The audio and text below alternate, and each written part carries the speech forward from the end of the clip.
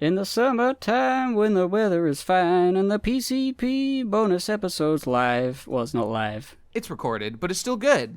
Hey guys, what's welcome up? to the show. It's warm. Guys, when the sun is blazing and the summer gets hot, Water Country's a very cool spot. There's no other place to feel beyond. Water Country, have some fun. Yeah, so get into New England riding and boys. sliding and splashing. Feel the excitement, thrive on the action. Having a good time under the sun. Water Guys, country, the water heck is country, this? water The country. heck? Have some fun. Dun, dun, dun. Yeah, they didn't forget about me, right? Like, I'm over here on the other side of the beach. Like, they're getting, like, their pool noodles out and ready to go home. I'm over here buried in the sand. Like, they're not going to record, like, the podcast, like, without me while I'm still buried here in the beach. Like, Hey, right? dude, Like, that's really... the tide's coming in, brah. You gotta kick me out. The tide's coming in. Dude, let's kick him. Dude, that guy literally died in that episode. Guy, I never should have let you take away my ultimate source of power, a.k.a. my abdomen. And ability, yeah, that's all. That's Everything all besides my head is a being of, like, a tree trunk. Just pure strength and, like, elderly wisdom. Have I ever told the story of how I was also, like, as a child, buried up to my head in the sand, like, standing up? don't think Standing so. up. What the Yeah, fuck? because I big hole. was small enough, and I was with my cousins, and you know that everyone thought it was really funny because I was a little boy. Instead of digging a hole lengthways like normal, you could dig a hole downwards, and it would be big enough for me to stand in and to my neck. I And they feel left like me there that's for a little not... while. That's not a crazy perversion of the formula. You know what, Hippo? I'm gonna give you the first black star of the PCP for bringing up something stupid. And we're gonna be handing out a lot more of these in the coming days. Let me rare tell you, distinction. the black. Well, actually, it's like the Juden star, more like it. We're gonna have the PCP Holocaust, the pro Holocaust. Yeah, that's me. All right, guys. Hey, listen. It's hot out right now. It's Yep. so fucking goddamn hot. Summer's here. And you guys are going to complain this entire goddamn episode about, oh my god, it's so hot. Wow, I've never experienced heat before. When you're like, Yeah. what, like 60 degrees Fahrenheit? Like when you're 70, 80, 80 degrees maybe. You guys don't fucking understand what true pain is. When I'm here in San Diego, in Southern California, basically, as far as I can tell, the core of the earth, like there's just a giant hole that I've jumped into, and I'm now just boiling in molten lava and magma right now. It's fucking just, like... I don't even have to look at it, and I know that it's like above like 70 or like 90 degrees right now, as it is every single fucking day. So I don't want to hear any of this shit. Well, all right. From This you. wasn't gonna be the complaining about heat. I mean, if anything, Europe, like not the UK, but like Spain and Germany should be complaining because they are having like big heat wave death. Record heat wave right now. UK's fine. It's just sort of like, it's a sunny day today. Whew, gotta not wear a shirt.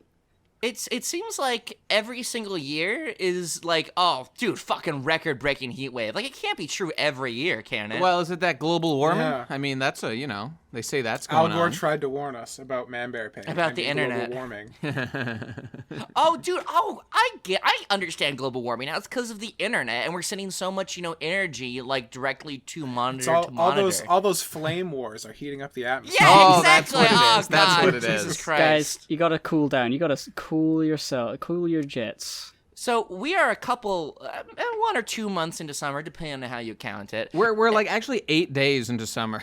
What? What? Yeah, it started that Summer Technically, No. summer doesn't start for a while. It's weird. Summer starts in April. That's No. Yeah, that's okay. when No, summer well, starts. That Munchie, sounds- you that live, sounds- you live, Munchie, in, like you say, you live in a you're really doing hot the place. You're doing the typical problem. You're exposing your Zoomer core ways because you're defining summer as like the beginning of summer vacation, and not Yeah. summer the season. And they are not okay. the same thing. That Yeah. doesn't matter at all, because for all intents and purposes, we all mean summer. We like it's just all about what we remember as a kid. That's what summer vacation is. That's what summer is. It's just the time when summer. That vacation was what happened. I wanted to bring up. I wanted to bring up the fact that summer is a lie. It's like a weird kind of twisted, nostalgic thing being the old man that I am now. Because back in the day, like, people would ask all the time, "Oh, what's your favorite season?" And I would always say the summer, because of course the summer is when I have the most fun. But now that I'm an old fuck and there's no break and life doesn't stop ever and the pain is eternal and unending, it's just like my normal misery, but hot and uncomfortable now. So like summer has become the worst season. Because I'd rather be hot than cold, though. God, do I hate the cold. the cold's even worse. I don't know. Completely I don't know opposite. about that. Team No! hot for sure. Well, I, a bunch of I fucking would hot much be kids. cold because, like, all right, with heat, you go into like a duh state. You go into like a duh state, and there's nowhere the to embrace of run. death, though. Like, no, like, it's extremely expensive to be cold when it's hot. You need to pay for air conditioning and to put ice. It's just a lot of work, and you got to drink water all the time. When it's cold, all you need is to have working heating, or failing that, blanket. That's expensive. Which does not is not even close. Like, we all wear clothes. But you can't take off your skin. You're gonna take off all your clothes. You're gonna be naked. You're still Sounds gonna like be a hot. challenge. I get that. to me. I get that. Listen, this is the summer episode. I don't want to go on too long about other seasons, but I will say that almost objectively, fall is the best season, and there's no way that anyone can I like possibly. spring. Spring's my argue with me favorite on because that. that's when the sakura trees are in full bloom. like- No, I like no, the temperance fall, comes fall, fall I is swear. beautiful. All the trees are dying with their beautiful oranges and reds and yellows. They're coming down from the sky. But and spring then- also and represents- It's the perfect temperature because it's getting colder, but it's still got a little tiny little, just a splash of that summer heat. It's the There's a perfect time lot to to walk like outside. about That's fall. all I care about is walking outside. That's all. There's I a care lot to about. like about fall, but I love perfect seeing just the Pokemon Go murdered weather. corpse of winter. I love seeing winter suffer and die as spring begins. So there's a lot for me to like Well, about all right. spring. I don't know. But all trash. All trash. To quote my favorite Disney movie, the cold never bothered me anyway. Yeah, fair enough.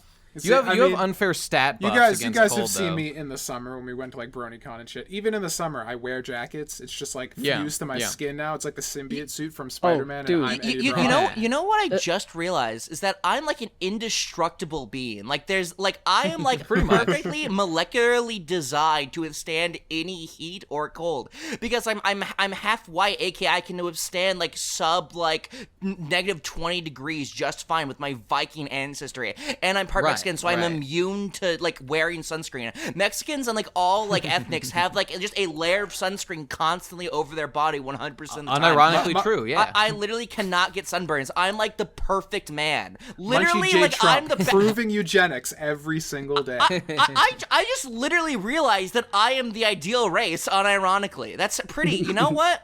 I think I'm going to run with this. I think I'm going to take this places. You're gonna run without two offers. You for hear that in the distance? Yeah. That's the Fourth Reich beginning to take yeah, form. exactly. Yeah, no, except it's cool this time because I'm yeah. the The leader. most moral thing you can do is eradicate Mexican, the so other it's races punching up. so that the right one will remain. It's the moral thing to do in this situation. I'm down. Due to my odd upbringing and my weird school schedules, I sort of quickly disassociated summer with summer vacation, just kind of like mentally, in the sense that every day was like pseudo summer and pseudo not summer, like in the same way that Tom's describing, but instead of just work, it's school work, which is 10 times better, worse. You decide, viewer. Anyway, it's still just like in my mind, even though it's like I know that like there's nothing actually that's going to change about my life. I know there's nothing that's actually going to be improved in any way, or I'm going to have any more leisure time. Sometimes still it will forever be like, dude, summer. Cool. You know what? Fine. You know what? Even though it's hot, even though I'm miserable in the sweltering heat, it just is there some sort of I think it's what you said, just a stat boost that I'll never be able to wave off. I think to be fair, go ahead. Hippo. Go. Well, I was there is somewhat of a sense, like I've been in the like 2 days that has been actually hot. I've been sort of going into like because British homes don't usually get heat. At least this old one didn't used to get heat that much. Don't have air conditioning really. So when it's hot, you just have to deal with it. You just have to sit there and you have to like drink some water and you go and it's uncomfortable. But like there's something nice, maybe nostalgic, maybe just sort of that I feel that there's no pressure on me to be working in such heat. That I can just feel like good doing nothing and just sitting there and being like all day. And when the sun goes down, I'm like, well, now it's just sort of good, so I can do some things. But like I don't like, unlike a normal day, I don't feel bad that I haven't worked because the sun is my excuse, kind of. There's I suppose so. There's nothing I love more than coming up with fake excuses for myself not to do work, which is something that I do every single day of my life. Yeah. Well, we are procrastinators after all. This is our season. Speaking though of like this one thing, Tom, wearing jackets in summer. I used to, like, because I am ashamed of myself in every way, but mostly the body. I would wear like a hoodie because it's like it's got the right amount of pockets or something. I like being able to put my hands in a pocket. And I don't like having a t-shirt out when I go outside because then my hands are just waggling down there, just being like exposed, and people see, ooh, he's got like 4 fingers on each hand. What? Like, and two thumbs. Idiot, you know? So I used to be like really apprehensive about dressing appropriately for the weather because of like the assumption that people would look at me funny, and therefore a lot of times I've gone out, I've been wearing like inappropriately heavy clothing and feeling way worse than everyone else, and like I just couldn't bring myself to take my jacket off or to take my hat off or whatever it was. Always would wear what's long the justification trousers. for that again? Because you would be drawing attention to yourself or something? Yeah, I mean, this is like a stupid thing. I actually have like recently, not that recently, but like I've gotten over it. Like I feel so much better just having the appropriate clothes on hand, easily available. Like, I have some shoes now that have like holes in the top. They're like sandals, but they're also shoes. So I can wear those without socks, I can get them wet, and they're perfect for just sort of like walking on the hot pavement, but without having flip-flops. So I can just wear those out and about. Those are good. I could wear a t-shirt. T-shirt's obviously fine. Shorts, I haven't really got to the point where I can wear shorts all the time, but yeah. I used to be that way. I hardcore resonate with that, though I've very much so like branched out from that. When I was a kid, I used to get made fun of because obviously I would want to wear shorts every single day due to, again, the aforementioned heat of every single day, even in winter. And because I am, as also aforementionedly stated, the superior race, I would vastly develop at like basically 5 times the speed of a normal human being. Like, but when people were most at like the embryo stage, I was already walking and talking. That's the level that we're dealing with right here. And so I would just have doing laps. In 6th grade, I had like crazy leg hair, like even at that point. And so they would be like, "Oh, dude, you look like a fully grown man right now." And I'd be like, "Oh no, that's the last thing I want is to be fully developed and an adult. That's like a terrible thing. Oh God, wow." And I would want to cover up, and eventually got to the point where it's like, you know what? After I was secluded and I became a hermit for a little while, after starting my online schooling, I just thought, you know what? When I re-enter society, is anyone really going to care? Like, is this like bizarre, not even real, off-point like joke that people say to me that in fucking middle school really going to hinder my ability to just wear the sort of clothes that I want? And so I started wearing them, and it was completely fine, because this is the thing that I always ask people about: do you really think that people are like paying attention to you? Because I thought people were like, oh, they look at me and they're just disgusted. They look at me and they see my fashion choices and they see what I'm wearing, or they see what I look like, and they're just recoiled in fear by this ugly person that's walking the street. But you know what? I don't look at anyone. I could not like tell you if I saw a single person when I walk outside. Yeah. I see like nameless like stick figures that are walking next to me. They're just NPCs, you know. They're not even real people. Literally. Indeed. And I don't know if this is true, but I would have to assume that the average person is not going to see me and be like, oh, well, now my day's ruined. Well, all right. All right. This is terrible. Like, no one really cares, I wouldn't imagine. I mean, yeah, this is... I mean, I'm mostly talking about like a school thing. Like, in recent years, I've been on the fence about it. Like, but it's mostly because of like, will the weather change? I don't want to be coming home when it's windy and rainy, because that's just how British summer is. It's like the beginning of the day could be fucking sweltering, but by the time I'm coming home, it could be like raining, downpour. So I'm like, what do I do? I guess I'll bring a jacket anyway, just in case. And usually it works out like that's what I should have done. But I think like recently, the thing I've gotten over is not just looking like incorrect or like dressing inappropriately, but just like looking bad at all. Like, I feel like people who do dress appropriately still have that feeling of, well, I gotta look good. You know, I can't leave the house. I can't leave the house looking like unkempt and like I just got out of bed. But not me. If I just want to go, then I'll go. I won't shower my hair. It'll be all frazzled and terrible, and I'll be like walking like, yeah, you know what? I don't even need to look at what I'm doing. I don't.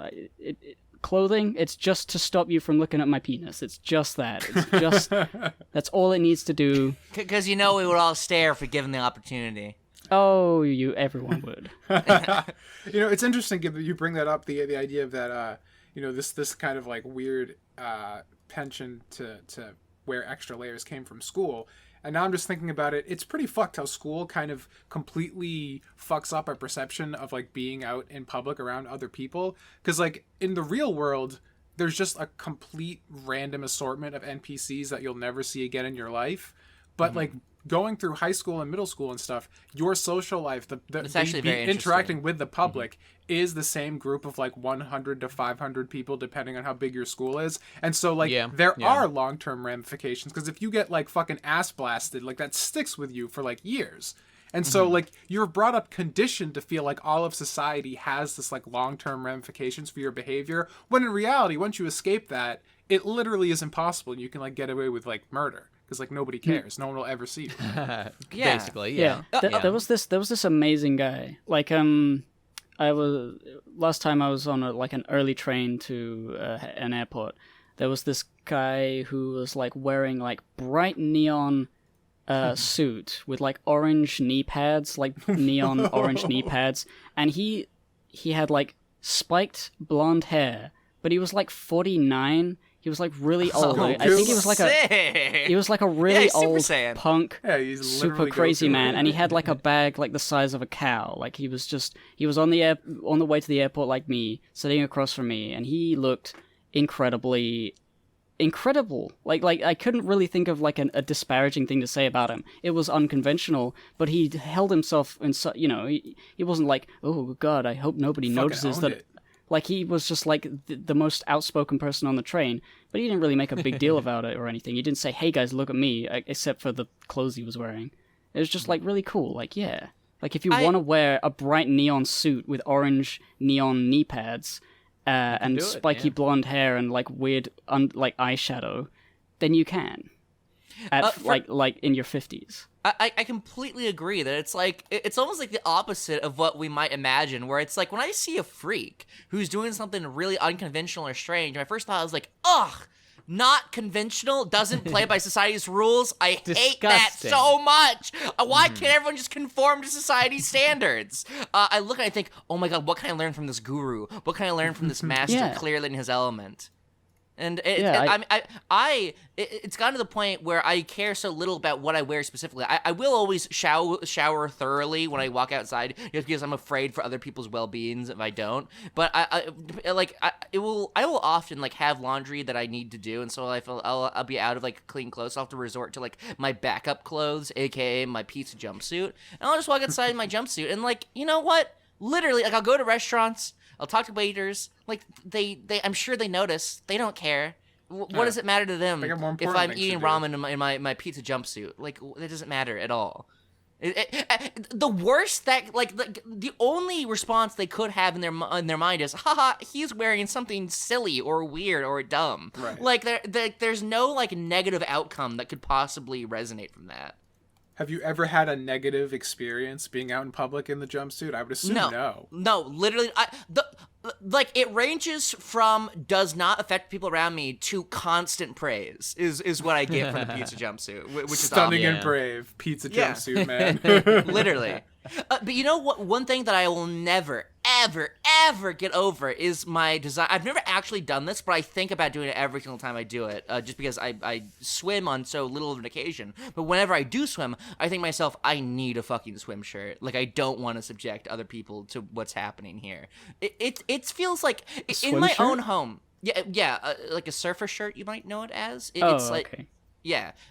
I like hate being naked in like all contexts. No matter if I'm in my own home, if I'm, out in public and I'm going to swim and I'm shirtless and I have my swimsuit on, like no matter what, like it just is terrible and I hate it. And I don't want, it's almost like a for other people's benefit thing. It's not as though like I'm scared that they don't want to like impose not like on me. them. Yeah, exactly.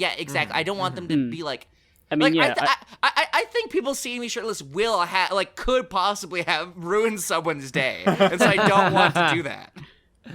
Yeah, if you're swimming with your family at the rec center or something, and then Munchie J. Trump walks in shirtless, spread an eagle for you right in front of you, obstructing your view of your 10-year-old drowning with no supervision. That's gonna cause a few problems. No, that's conditioning people for the real world. You got to get over that, dude. That's how you get to the next level of consciousness. Is you gotta.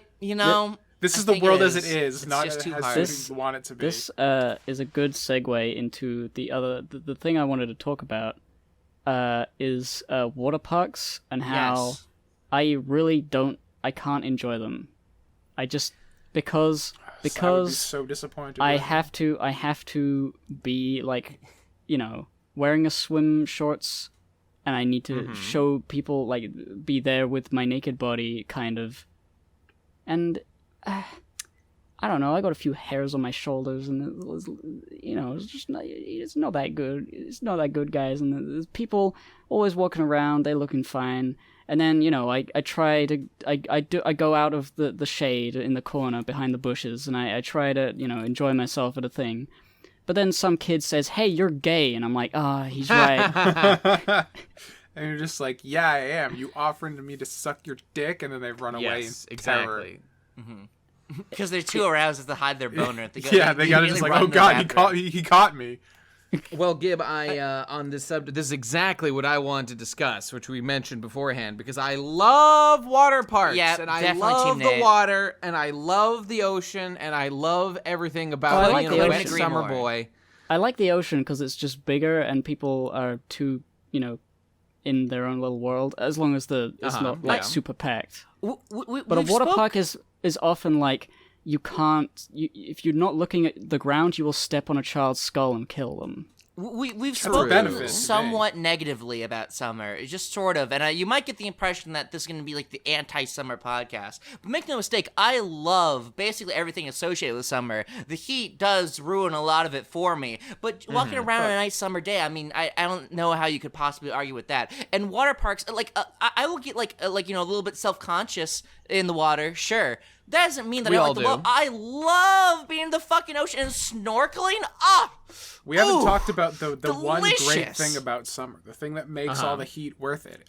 Dippin' Dots, ice cream of the future. Okay, this actually segues. This ties right back into water parks. We haven't really even started talking about water parks before we segue. I mean, that's where you get Dippin' Dots. It's all good. Exactly. Dippin' Dots are like a dying breed that I cannot get anywhere else other than theme parks and water parks, and that is genuinely like a quarter of the reason I go to water parks is because that's the only place where I can get the best dessert on earth, Dippin' Dots, and that's not exaggeration or a joke. Hang on. We have to get into this because I would take a big, tall, soft serve cone ice cream over a Dippin' Dots any day. Gross. And I'm shocked disgusting. that you would disagree. Disgusting. That's the ice What cream are of you the talking past, about? Nate. There's like a million flavors of soft serve. It's the best. There's a million flavors of Dippin' Dots. And that's not even true. I've seen like 5 total my entire life. You Banana, are fucking insane. Fucking you Oreo. are fucking insane, Nate. You are fucking insane, and I hate you. Banana split Dippin' Dots is the best flavor of Dippin' Dots. Is this hands just dry? fucking down. No, it's not. it's not. It's like it's freeze dried, so it melts in your mouth. It starts off, relatively dry. And okay, Tom, back me up. When you open up, a fresh pack of Dippin' Dots, you eat it, and you're like, this is pretty good. And then when it melts just a little bit, and you get those like clusters of Dippin' Dots, and each of the Dots flavors kind of blend into one another, and you just get that clump. Oh, Jesus but Christ! You're not sure. Yes, I also enjoy that. But when you've got a big soft serve ice cream cone, first of all, you can lick the whole thing, and that's great. Disgusting. It's when the meltiness starts to happen, and you can do a lick and get a ton of that dribbly goodness all over your mouth. No, and Nate, if there's the incredible high IQ, like 2,000 IQ joy of sculpting the shape of your soft serve ice cream on top of the cone. Dick, and then you got to tell me that you enjoy that. Everyone in the world loves doing that. But the whole thing though is that soft serve ice cream is great, and I will praise it. But the Dippin' Dots are something that is like a summer exclusive. It's like shiny ice cream. It only appears. Soft serve ice cream isn't a summer food. No, come on, Dippin' Dots is exclusive. Dippin' Dots is like forced scarcity. But so when you come across it, it's like a rare treat. Nate, you can get a soft serve cone whenever. Like I can just go to Dairy Queen 5 minutes from my house and get one in the middle of winter, and they'll look at me bizarrely, but I can still do it. Dippin' Dots disappear when the season disappears. They go back into hibernation. This forced scarcity doesn't do much to bump it up when I just legitimately enjoy a soft serve ice cream cone significantly more. Because what about when you first get a scoop of Dippin' Dots and it's like dry in your mouth and you gotta salivate over it to like get it because you can chomp into it. You can chomp into it. And it's great. You chomp into your soft serve. God damn it! I'm going to split the opposition right now. I'm going to alienate all my potential allies because I think that I think that soft serve just tastes bad, and I don't like the way that That's insanity. Why? That's insane. I think we've had this conversation like a while ago on a PCP, but like maybe I remember. I think the crux of the issue is that Munchie lives in such a warm place that ice cream that is soft is more likely to be goopy and slimy rather than like the half-life on chompy. the ice cream is significantly less. Okay. Legitimately, like when I think of soft serve, I think of just is dripping fucking everywhere, and it's on my hands all the time, and just like instantaneously. In the UK, nobody likes that. Nobody likes that. In the UK, you get a soft serve ice cream, and it can last. I mean, most of the time, completely until you're finished. That's like true. It never really drips unless it's a very hot day. Well, you just got to be, you got to do your spins. You got to make sure you're getting you can see where it's starting to melt. You got to use your tongue and slurp that shit up before there's a chance to. A soft serve cone is an active eating experience. It requires. It is. It's like the Tetris of foods. You really got to think about the shape and how everything By the way, I was together. looking up Dippin' Dots. I think they've never been in the UK, so I could not have tried them. They're very much an American-only thing. When you come to BronyCon, we should go walk in the streets and find ourselves some Dippin' Dots. They're hard to find, though. We'll try. We definitely had them try. at the convenience store near Digi's house, and we didn't. What? You got them there, Munchie, remember? Oh my god, I do remember. I'm just saying, we should have gotten some for Gib. We made a huge mistake. At the Cincinnati Zoo, which is a big famous zoo, right near where I live, they've got Dippin' Dots, and I've had them like many times there. So to me, they feel less special. This is okay.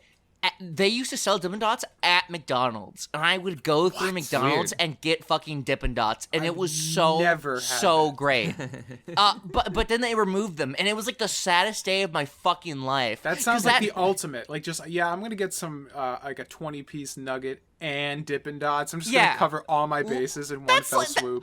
Okay, McNuggets and Dippin' Dots is summer incarnate for me. You get your nuggets and Dippin' Dots, and you go poolside, and it's sort of hot, and you're eating your nuggets, and then you dive, and your mom says, "No, you can't swim after eating." I'm like, "That's an old wives' tale," and then I throw up later. Okay, I've got. Let's do a left turn. Let's do a left turn for other summery things. Where I go to water parks again because okay, all right. Before we let's revisit that. I've been planning to do a water park with my friends this summer as part of the Summer of Pain Part 2. That was that I will explain further later this episode. But we want to go to a water park, and scheduling issues have forbidden it until now. But I'm going to nail them down this Monday, the day before I leave to see you, Gib. And we're going to go to a water park. I have not been to a water park in many a year, but I have nothing but pleasant memories from them. Because, like, the only bad thing I can think about for water parks is like the standing in line and like it's hot and you're already wet, so it's just kind of like you're dripping like a sad dog just waiting to get wet, like fresh Sometimes, wet again. yeah. Not good, but just like the slides and just the pure joy of splashing into a pool and seeing it just high rise, and then the lazy tube river where you, after a long lazy day, river's the best part. After a long day of like exerting your body, just doing all these weird, crazy slides and various different toilet bowl-esque activities, and then you just get to spend like and do nothing. I've wanted to spend like a solid hour in the lazy river, but I've never had the moral courage to do so. It's always been like the end of the day, and I forgot. I have like, you see, the thing with this is like I love the lazy river, I love the slides, and it's all cool. It's just I hate people and I hate crowds.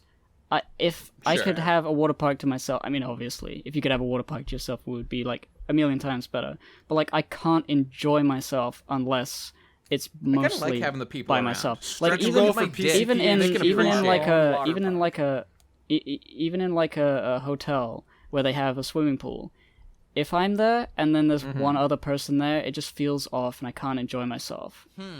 I know what you mean. I do. I definitely get vibes of that. I mean, when it gets to like a water park, it's like there's just so many people that they kind of blend back into NPCs. But like when you're at a pool and there's nobody there, then one other person shows up. It's just like, okay. What about all those sidelong glances you're able to make at sluts in their bathing suits, though? Because that's an exquisite pleasure that you only get. Look, in an age that Pornhub exists, that's just like not. No. This is bullshit. Everyone goes like, there's such a blanket thing people say these days of like, why would you ever care about sex in real life in any capacity when porn exists? Oh my God, what the fuck? That is not. This is your verbatim argument, Digi. I call it Digi.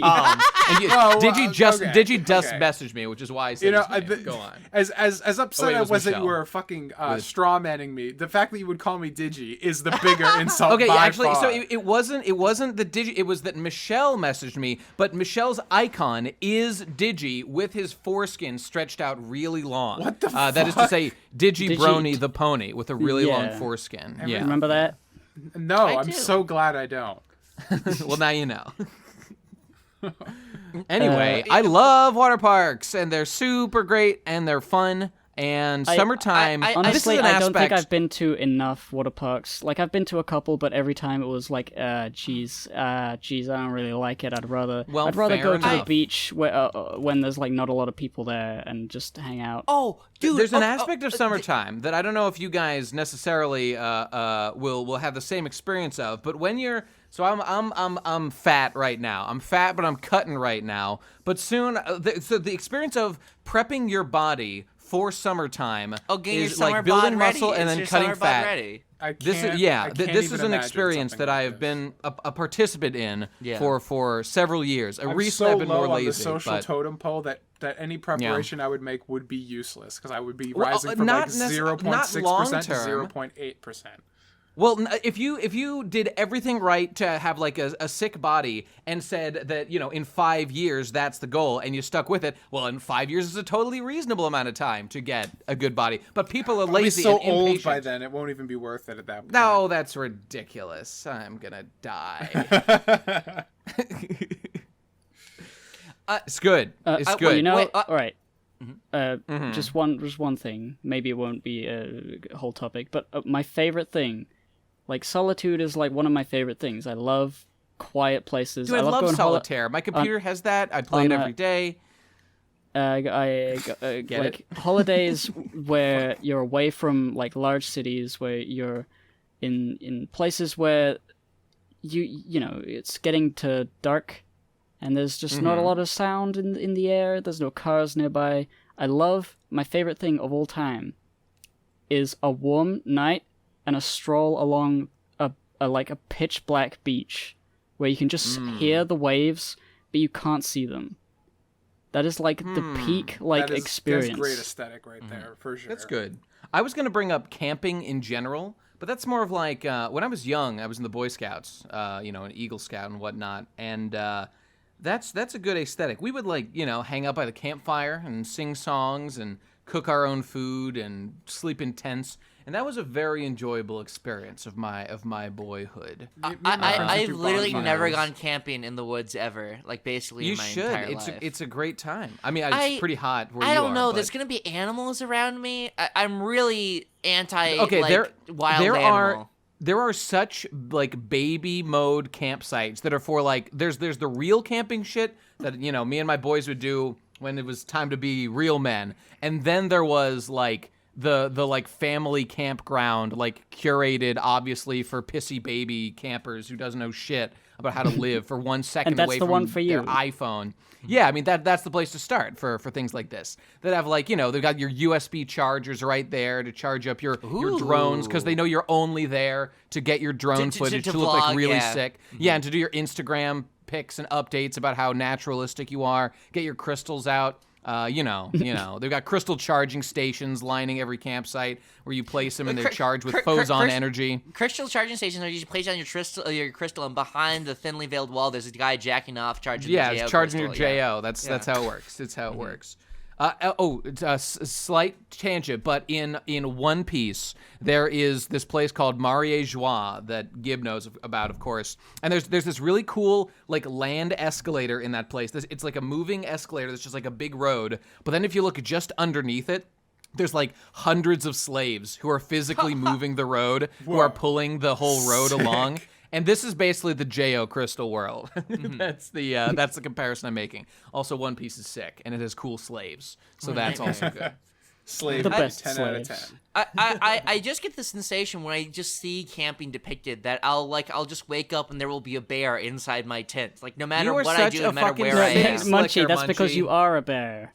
Oh, I understand. That's true. You're city trash, Munchie, and you got to get out there. I wear city folk badge on me loud and proud. If you can't personally plug in yourself into a charger at the end of the day, you will cease to function and will become a decrepit, useless hunk of junk, like so many of the androids of your generation, Munchie. I cannot imagine living like in a suburb, like in any capacity. I can only imagine living in apartments in like the densest part of a city, like in like the slums. That's the only life I've ever known. It's the only life I ever want to know. I don't want to experience life without like if I don't meet my person quota of at least 100 a day, just like periphery outside my vision, then there's something really fucking wrong. We should go camping someday, Munchie. You should come you with and me, you and me, just us two. Well, when I said we, I meant some sort of group of people having a good time, but also just you and me, Munchie. Yeah, just you and me.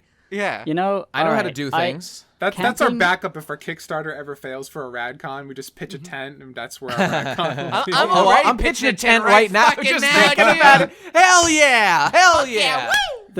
All right, I've been pseudo camping a couple times, which is like I've never been like trying to live off the land camping, but I can't imagine I would enjoy it, mostly because the idea of camping for the sake of being in a tent seems kind of stupid. I like the idea of camping to get away, like Well, yeah, but like I like the idea of camping as like a necessary evil to like climb a mountain or something. I suppose. Like rather than just going into like a field that you could just walk to and then camping in it seems like a big waste of time. Why not climb a mountain? That seems like more of a better use of your tent. You're not seeing the value. There's an inherent value in decompress. It's almost like doing meditation. Some people could say like, you doing meditation? How's that adding to your GDP, bro? And it's not. But to get away from the distractions of city life and to enjoy simpler pleasures like gathering around with friends and like playing guitar and singing songs and just talking about stories and roasting marshmallows or something, that is a uniquely beneficial thing that I think many of our generation could do with a lot more of. I mean, that is nice. It's just all of the day leading up to the nice campfire with the guitar and the s'mores and whatever. Is just a whole lot of just sitting around and being like, yeah, we're in nature, I guess. You want to go for a walk again? Gabe, you're absolutely right. And exactly what you're saying, those are many of the things that when doing this camping stuff with both my family and with like the Boy Scouts, that I personally said and thought and felt. But looking back on it now, I mostly think about the enjoyable parts and have forgotten about the shitty parts. You know, I mean, like when you climb a mountain, you probably forget mostly about the pain and the endurance and the but the thing annoyance. with the pain and the endurance is that it's pain and endurance for some sort of goal. Like sitting around in a camping area doing nothing all day, it's just not interesting, and you will forget it, and you'll remember the good parts. But that doesn't mean that there aren't like lulls, like massive lulls in excitement. Like climbing a mountain, painful but also exciting. Sometimes we would go on a camping trip, and one of the things we would do is climb a mountain. So that's something that's done. Fair enough. And then you spend like a day or two around that, just camping and chilling with the lads in general. Other time, I don't know, it's like a ski trip or fucking. The way I would think about it is scouting stuff. If I I'm going to a place, a remote location to do these sorts of things, a tent. I mean, first of all, I get the nicest tent possible.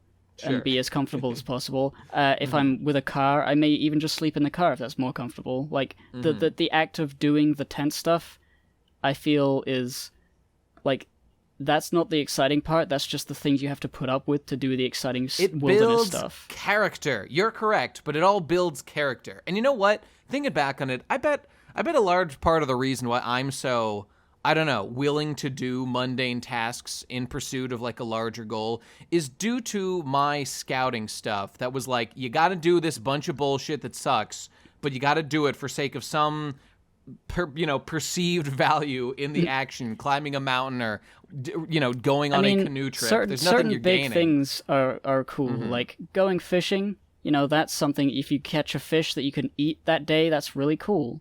I love building and maintaining a fire. That's something I really like. Yes, that's a lot of fun. It's really just any downtime is like, what am I fucking doing here? I could be fucking grinding RuneScape levels right now. I would beseech anyone to consider the fact that it's me, Nate, productivity man, who's making the case that ceasing productivity in this for the sake of some kind of meditation and relaxation sort of thing. I would just use that as evidence to there's real value here, at least from my perspective. You know what I'd like to do? Yeah. I'd like to go camping, and then every free moment I have, I'd like to like literally build a house, like build like a fucking castle out of bricks I find. Sure. Have you ever seen that YouTube channel Primitive Technology? Yes, of fascinating course, guy. I love primitive technology. I want to be doing that sort of shit. Mm-hmm. I feel like with work, there's always got to be downtime. Like, no matter, even if it's not like a camping trip or anything like that, in order to like be fully productive, like the human mind wants to wander and it wants to have leisure. So to deny it, like working in like crunch time where you're just like super like take no breaks is unhealthy. Even though I do it quite often. I'm not really talking about like no time off. Sure, but the time off that you have when camping seems like there's just a little too much of it. I know what you mean. Like, if you're camping for an entire week, then it's like, Jesus. For the last day, you're like, yeah, I get it. I wake up, I cook breakfast, I eat a breakfast, and then I sit around for a few hours until I need to do something. I think there's value to be gained from being in a different, like, I mean, even I, who doesn't really, like, want to camp for any particular reason, I would never, like, take the offer to do so, even if it was handed to me. I understand the value of it. I understand why someone might want to, in an alternate, bizarro reality, want to rekindle with, like, nature or something, or just be around even just different, scenery. Just in a general sense like that, just not be in their room or not be in their town for any particular reason. And to just, I understand camping. Do I want to do it? No, never. Not even once. It will kill me if I do it. I won't be able to get my fucking sick drone footage, dude.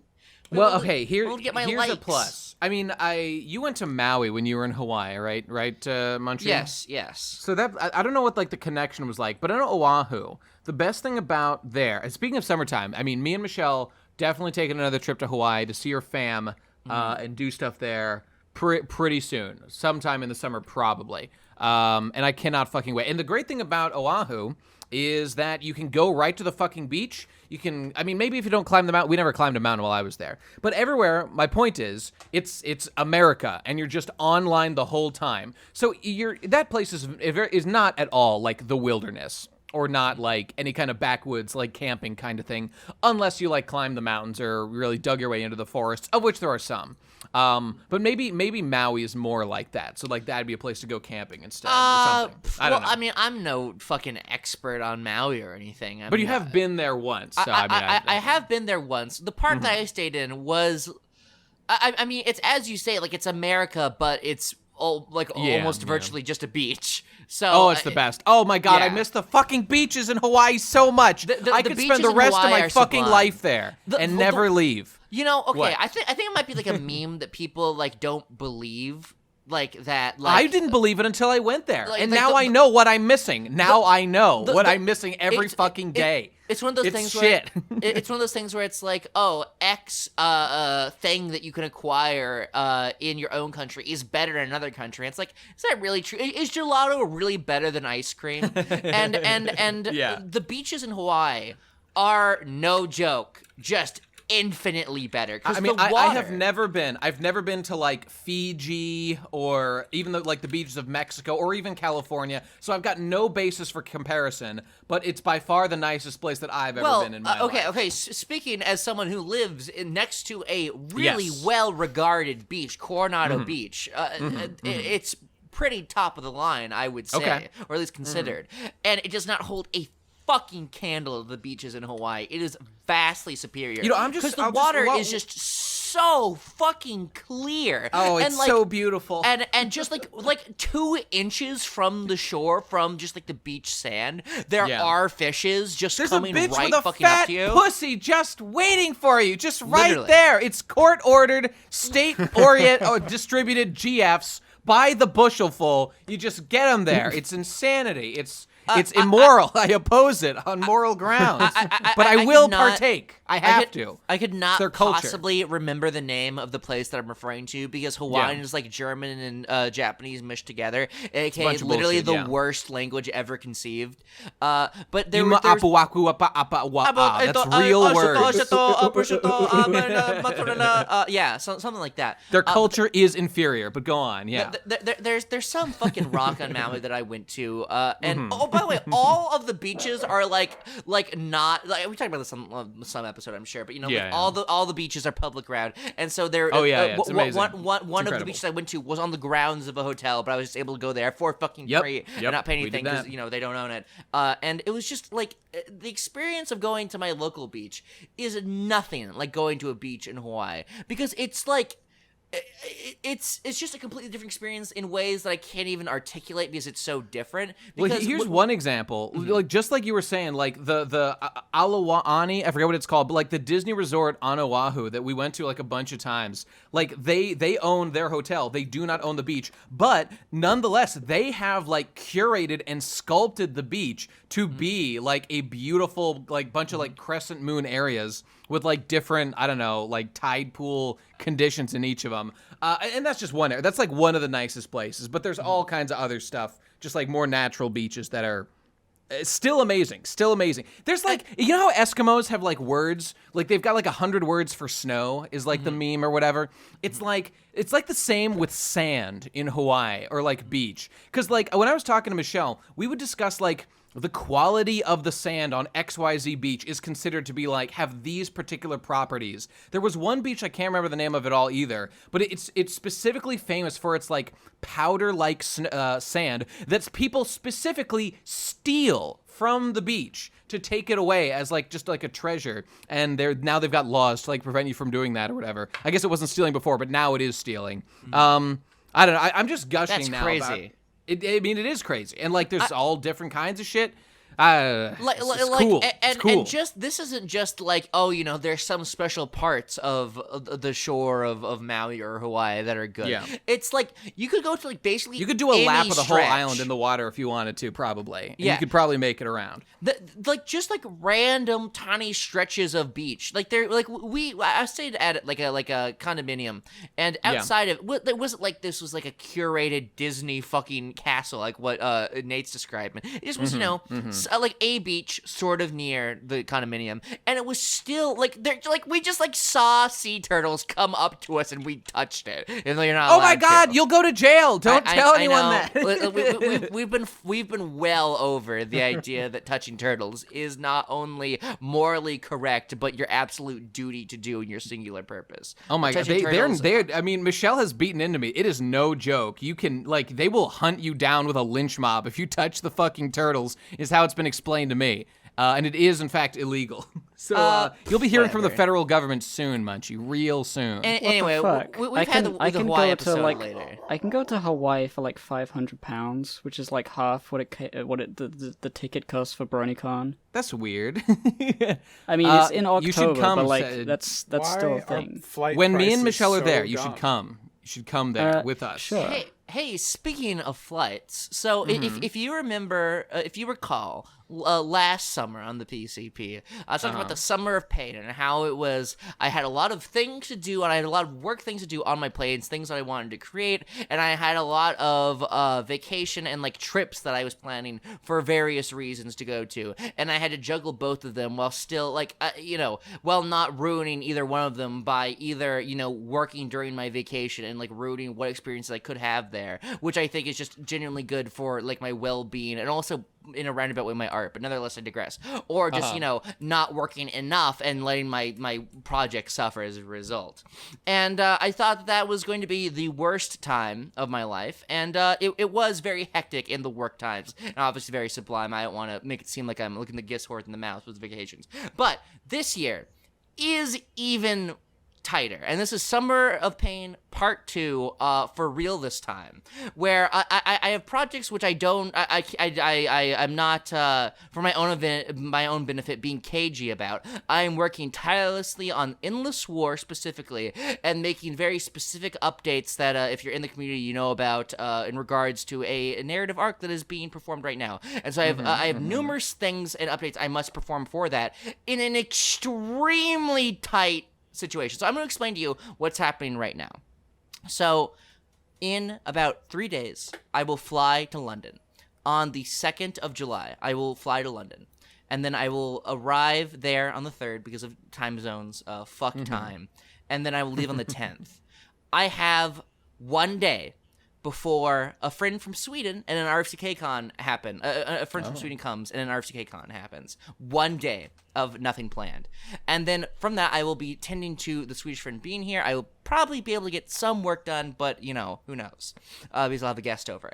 And then I will have 5 days from that scenario before I go on a road trip from San Diego to Seattle, which will take about 10 days. And then from that, I have a total of 0, in parentheses, 0 days to relax, because once I get back, I'm going on a flight from San Diego to Washington, D.C.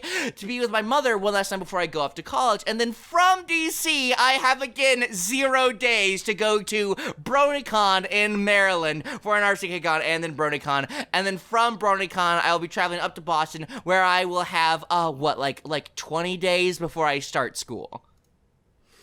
Quite a journey. That's quite a journey. Pretty intense, dude. That's like more in that summer than I've done my entire life. So this could possibly be seen as a humble brag, and I don't want to make it seem like, oh, dude, fucking woe is me going on all these goddamn trips. What I mainly want to illustrate is that it's going to be. Listen, I usually sleep on plane rides. I'm not going to be able to do that at all this coming summer, because every single second that I'm like not like actively outside, I'm going to need to be grinding on Endless War stuff, because there's genuinely a lot to do and not a lot of time to do it. Sure. I think I foresee that no matter what I do, like July is just going to be a total crapshoot of I'm not going to be able to really get any meaningful work done. And so that like those like 20 days before I start college are going to be I mean, that's going to be the fortnight of pain, let me tell you, to cap off the summer of pain. That's going to be a nightmare. Does Fortnite's name have anything to do with the 2-week chronological measurement known as a fortnight? Which is what I refer to constantly, because it's a helpful term, because bi-weekly schedules are the best schedules objectively. Sure. And I'm so guessing I the refer answer to is no to that question. I have no idea. I mean, surely it's like a pun. I don't know why. I never realized that till right now. I forgot that word existed. Because you build forts? Maybe, yeah, right. But what's the night? Like, why is it called night? Like Fortnite? How about who cares? Okay, fair. Fucking also, destroyed. I would just like to take a moment to notice that it is 2019. Speaking of summertime, I think of summer. I think of summer lovin'. You know what I'm saying? And it is 2019. A little event happened in 2001 known as 9/11. Yeah. And it is near the 18th birthday of 9/11. Oh, it can vote. And it can vote. It can fuck. Actually, in my state, could fuck like a year and a half ago or whatever. But just a few short months until 9/11 is of legal breeding age. And I intend to breed her like a brood mare, if you know what I'm saying. I don't know if we can fully just like objectively say that 9/11 is a girl. We're gonna have to look into this more. Isn't that confirmed by the fucking visual novel? I mean, didn't she have titties? Will, I can't remember. Like, people will say on Twitter at some point, like, "Ooh, 9/11's gonna be 18," and then everyone else will be like, "Huh?" They'll draw the sexy anime girl version of 9/11 the way they do. Like they did with a fucking black hole. They're gonna have sex with 9/11. 9/11's gonna get all that twin porn. You know how it is. That's true. Oh, I guess like the guy would be the plane who's like fucking the two of them. You know. Yeah, all right, makes sense. Yeah, no, the plane that Shadman. penetrated the Twin Towers. It's all thematically relevant. Jesus Christ. Shadman would do that. I encourage him to do so. As a matter of fact, I'll go on the record. What if the towers are like the legs and they go up and then there's an anime girl on top? Oh yes. That'll be one interpretation. You've got two like gigantic, skyscraper-sized legs and one like normal anime girl-sized body, with like a skirt kind of draped over both of them as her legs. That's good. I just want to refer to the summer of pain again and talk about traveling, because summer is often a period of travel for a lot of people, I would probably imagine. Trips and whatnot, Yeah. I know there's a lot of horror stories that everyone has about traveling, but I will basically never be able to shake the feeling that I got when I first went to BronyCon of just pure wanderlust and just joy getting on and off planes. I've flown by myself for many years at this point. I started at probably a much younger age than maybe any viewers have. And it's gotten to the point where it's like I've never really had a complication with traveling ever. And so it's hard for me to resonate with people who have. For me, it's just I walk into an airport, I go through security, which doesn't even have a big line, and then I'm on a plane, and I have like 6 hours for me to contemplate all the wonderful things that will happen on my trip, and all the things that I want to accomplish, and all the people that I'm going to see. It's just fantastic. How many places have you been by yourself to, like a non-English speaking place? How many times? Well, never to a non-English speaking place. Okay. But I know so that you've beaten me in that is in where numerous the regards. nightmares come, because if you need to ask for help, you can't, and they won't be able to help. They'll try, but it's always a little fucking difficult. Yeah. Sure. Yeah. I know that I was going to bring this up, is that you are also a travel meister, and you have been seemingly going across the globe in 80 days or 2 days, and you've just seemed to be all over Europe all the time. Yeah. You're constantly in Germany, you're constantly in Spain. I can't get a hold of you without you saying, hablo inglés, and I say, no, speak sense. They slap you. So do you take planes, do you take trains, do you take automobiles? I take within countries. Obviously, trains are pretty good in Europe.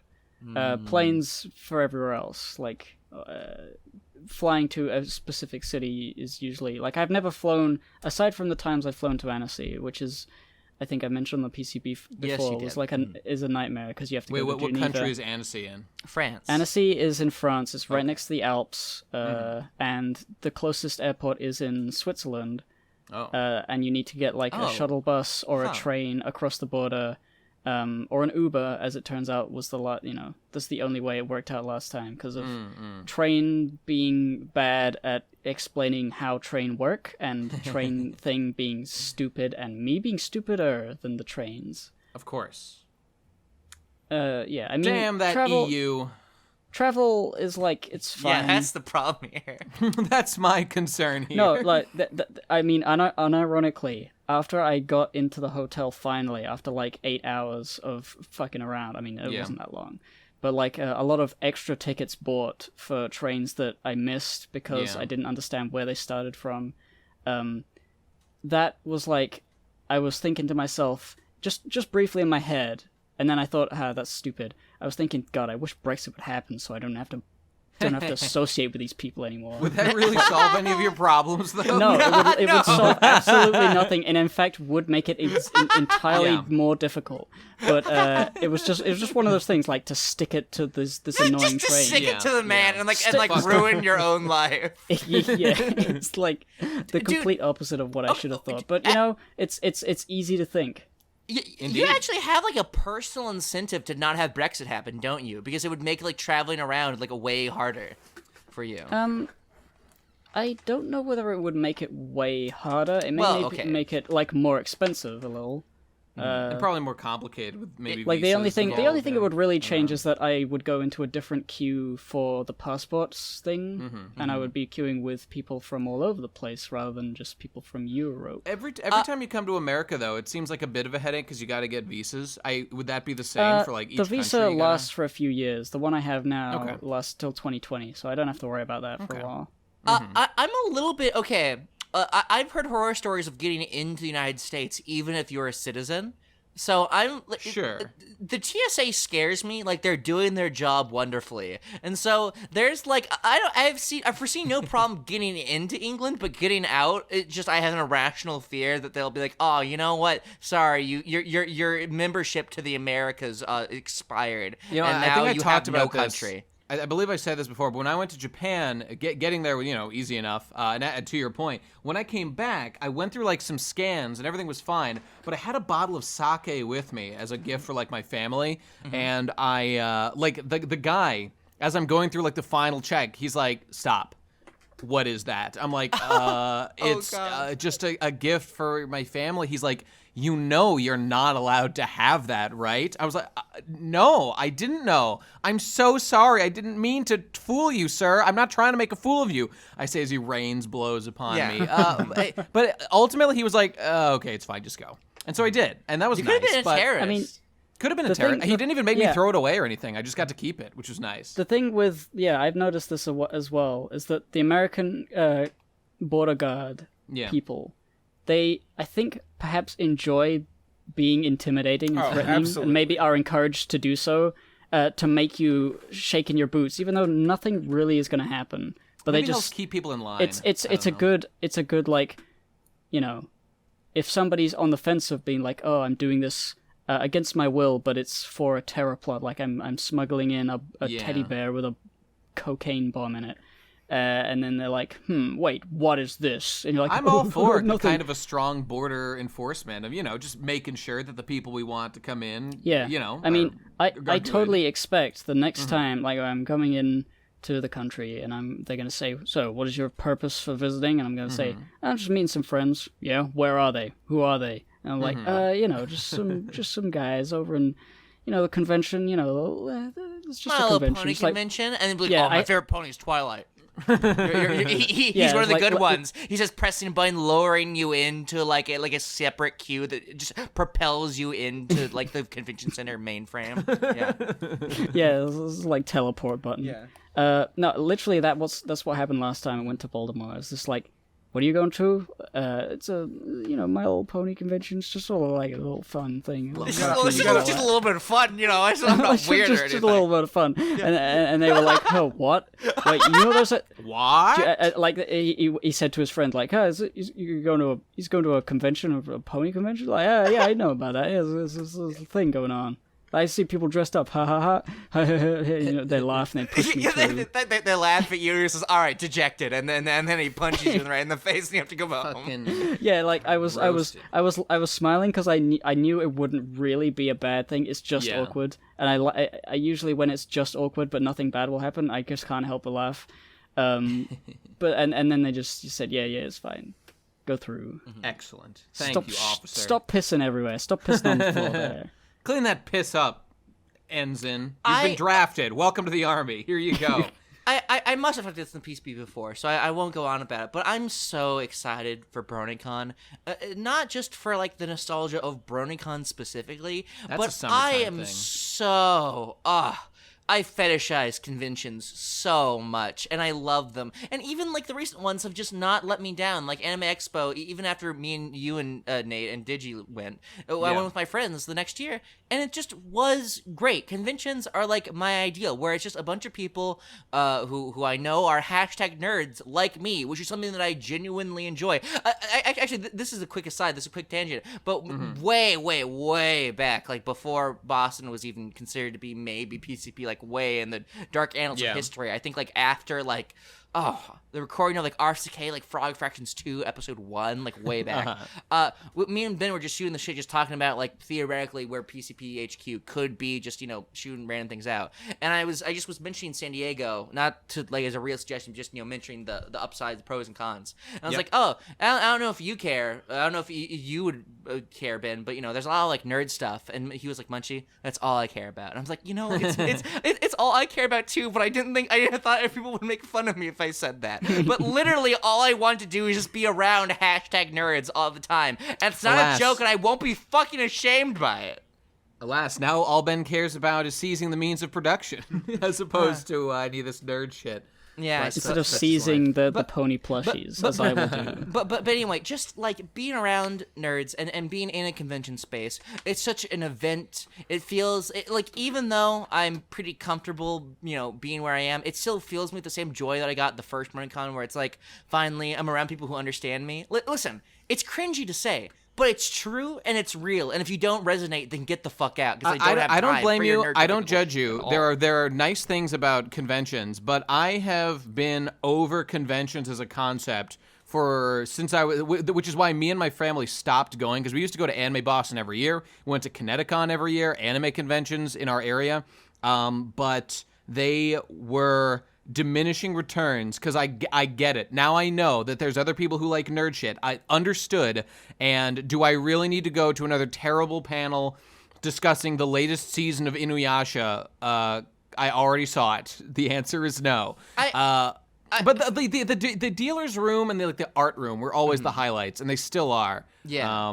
And seeing people in cosplay is pretty cool too. Even though it's like, it's gonna be like My Little Pony. Like, I have not seen that show in years. I don't know anything about what's going on. Like, I'm not gonna be like, oh, finally some bronies, my brethren. It will just be like, I don't know. I love, just in all aspects that you could possibly tackle it. I love people displaying passion for something. And just being around people who really like My Little Pony will get me to be like, yeah, I love My Little Pony too. Michelle had such a terrible time at Anime Expo. She goes on about it at great length, about the physical pain she suffered waiting in line for like 4 hours to get in, only for us. I mean, she hated it. We had a good time, the two of us, but that experience was terrible for her. But she is so excited she was a longtime fan of My Little Pony. She is in fact a girl, so she has more credibility than any of us do, and got way into it.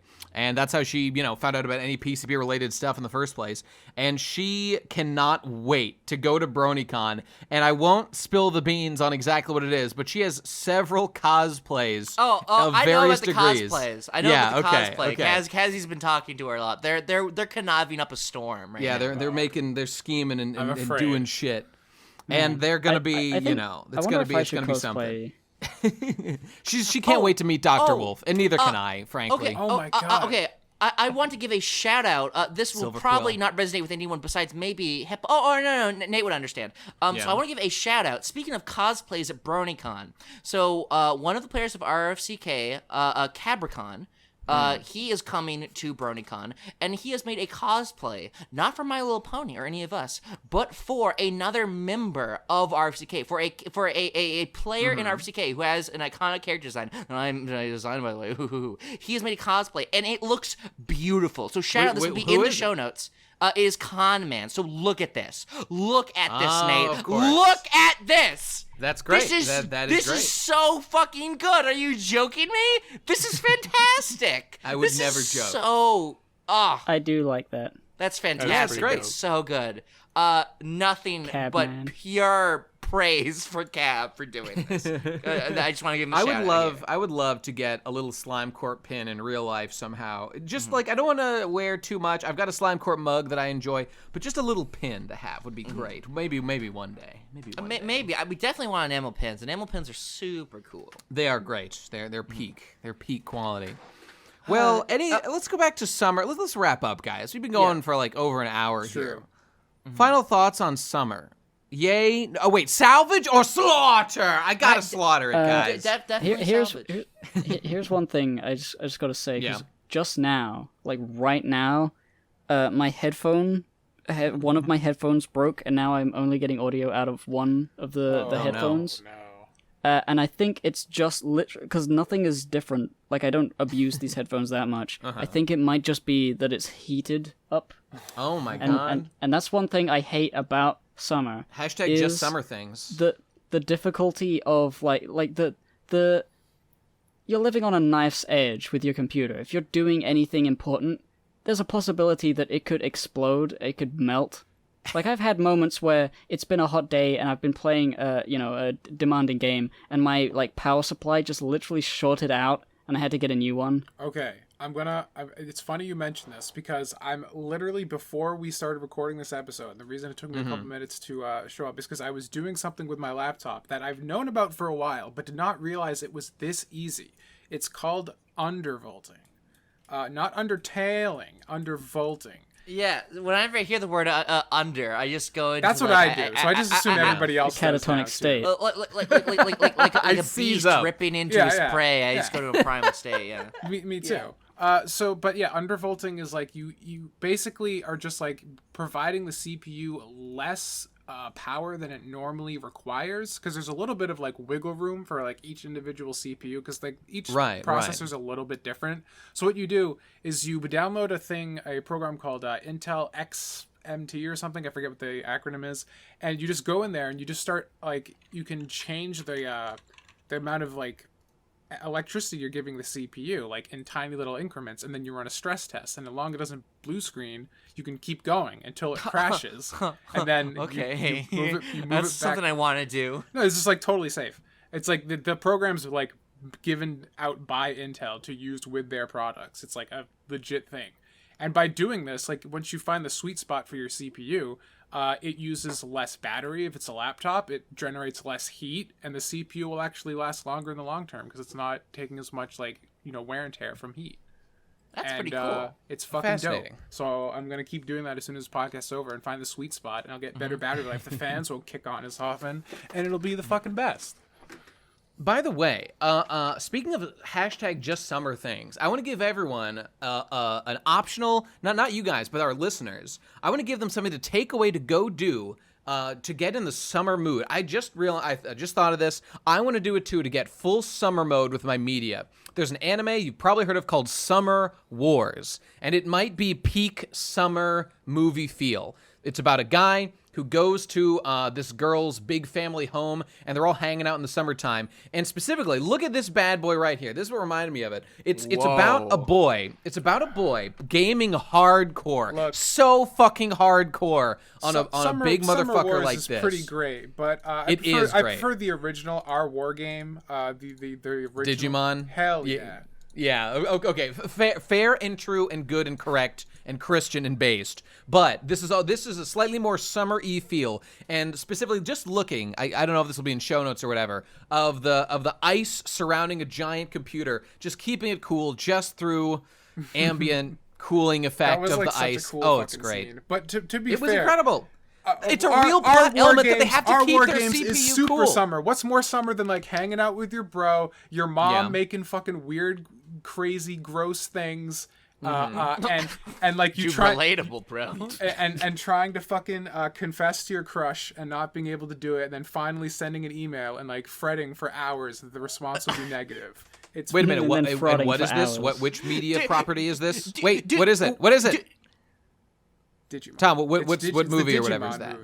Okay, I forgot. Dude, okay. Dude, isn't it so relatable? Like when you're me, Tommy Oliver, doing these things that only I've experienced before in my entire life. Totally no. relatable. This is there's something about summer. Things, the Digimon movie. And everyone knows that summer and youth are inextricably linked, largely due to the concept of summer vacation and being an adolescent, having a crush, getting sweaty and rolling around in the mud. They just even have filthy, Hawaii in that movie because Mimi goes to Hawaii and she's not around to help them. Dude, okay. Oh my God, that's bitch. The aesthetic of summer is so cool. Like the red, white, and blue of the 4th of July, and just like everyone's so energetic and at boardwalks and all this. The fireworks. Hey, you know what? Speaking of that, are you guys gonna do anything for the 4th of July? Like, there's like some like bullshit summer holidays that people like sometimes care about at all, but most of the time don't. I don't think Gibbs. There are fireworks over the Ohio River. I might look at out the window because I live real close to the river. Other than that, no. I mean, no. I'm not doing shit because I don't do shit. I'm just gonna drink a lot of tea. Actually, me and you, Hippo, we're gonna have a pretty active 4th of July because we're gonna be walking around Trafalgar Square. It's gonna be an RCK meetup. Actually, you're not gonna be there. It's only gonna be the Lord of Ghosts. So sorry, Hippo. Bang, bang, bang. I want to see you in full, Uncle Sam garb, strutting up and down, singing "I'm a Yankee Doodle Dandy" and blasting your trumpet in the face of every fireworks. fucking limey that you can get your slimy mitts on. Telling them, "Fuck you, we got it." I'm not going to be doing that, Nate, but I'm doing like a two-pronged assault on all things evil. I'm delving into the heart of darkness right now because I'm having to fend off from two separate but equal and interconnected forces of darkness. That's to say, the British and the PCP heads have combined forces into an unholy mass of destruction. Yeah. And so I'm going to have to be defending American values and spreading RFCK lore like it's no one's fucking business, trying to ward off the devils who are nipping at my fucking heels constantly. I now understand why this is the summer of pain. That sounds like a Herculean effort to undertake. Okay. For all the other cons, there have been like one or two, PCP fans who wanted to be like, I don't know anything about RCK, but I want to come to see my good friend Omanchi, and maybe I'll mine a slime or two. Maybe I shall learn. But like the London con is just pouring fucking in with PCP This is their heads. only chance. The fucking Europores know this is their only chance to get their hooks in PCP boys. Yeah, at least for a while. They're proud. They're proud to be ignorant. These fucking limeys are just like, I hate knowing things. I hate being knowledgeable about things. I love crashing meetups. That's my favorite thing to do. And before people say, "Oh, Hippo, why aren't you defending your own race? What's going on here? Why are you just sitting back and letting them attack the limeys?" Well, the limeys suck. So many English people are annoying, which is why I like Americans so much. I have American friends because there just aren't enough English people that are cool. What about... Oh wait, he died. I was gonna say Christopher Hitchens. Oh my god! they're dropping like flies. There's there's a finite amount of English people that are good. And you know what killed Christopher Hitchens? David Bowie, John Lennon. They're all just fucking dropping. All the ones that have been good are. And you know what it is? Christopher Hitchens died of cancer because he just didn't give a fuck and drank and smoked his whole life because he was literally hashtag just being cool. And so and the problem is there's reverse incentives. The cooler you are, the shorter your lifespan because you do dope, cool shit. And the boring people live on to propagate and spread their evil ideas about being boring. Who's going to Photoshop Christopher Hitchens with a "I'm just being cool" T-shirt on? Yes, that should. He would absolutely buy our merch. I have no doubt. He would was a wise absolutely man. just be cool. A proud, godless heathen, just like me. For some reason, I can't picture anyone other than Alex Jones as Christopher Hitchens. They're basically on the same intellectual level, I'd say. So fair. All right, when are you gonna guys, make like that's our it. Summertime's ancestors canceled. and secede from England, dump the tea into the ocean, and become an American? See, now. That sounds good. I wouldn't do that because that's dumb. No, That's what Benedict Arnold did. Worked out. Wait, no, he did the opposite. He betrayed America. it did not work out well for him at all. I forgot. Look, as long as there's the possibility that I could get knighted by the Queen, I'll stay English. Oh, That's pretty God. cool. That's a pretty cool possibility. Knights are old school. And literally all you have to do, as I understand it, I think they just have a deal. If you get enough Instagram followers, you just get knighted by the Queen. I think that's how it works. If You you gotta get enough tweet at the subscribers. Queen. Be like, how many retweets before I get knighted? How many retweets to get knighted?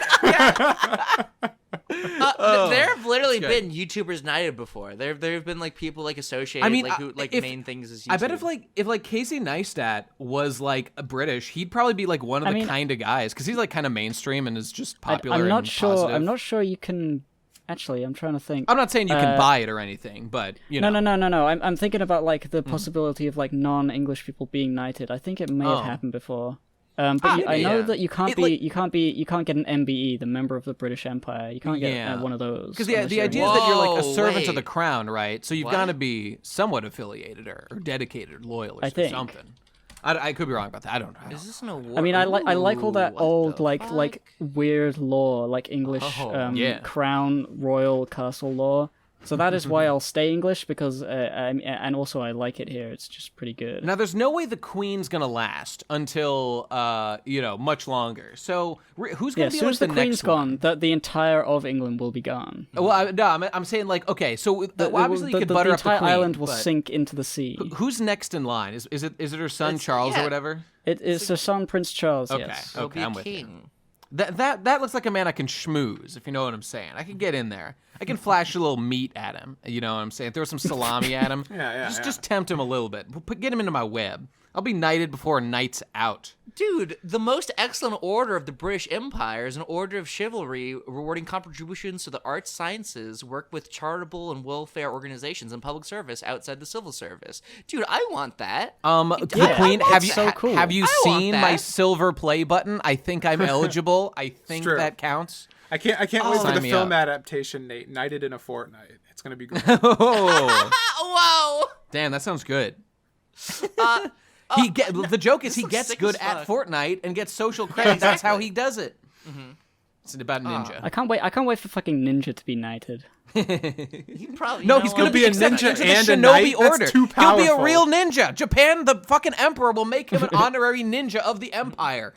Oh my god, that's Instead of a Please. sword over the shoulder, it'll be a shuriken. a shuriken through the fucking face. Just Fuck the fuck Showa you. era or whatever the hell that we're in. We're in the fucking ninja era. We're in the Fortnite era. Yeah, the Fortnite ninja era. Yeah. Okay, that's it. Summer's over. Welcome to the ninja era, everybody. Time to wrap this up. Thanks for being here. Thanks for paying us money on this bonus episode. Let us know if you liked it, because Autumn Cast, Winter Cast, Spring Cast, these are possibilities We too. could do this 4 times every single year. We could easily burn up a couple of these, no idea episodes and fill that time. Don't go revealing our hands so quickly. Okay, fair. Stay tuned. Okay, so have a good time. I love you. Bye, everybody. Bye. Goodbye. Bye.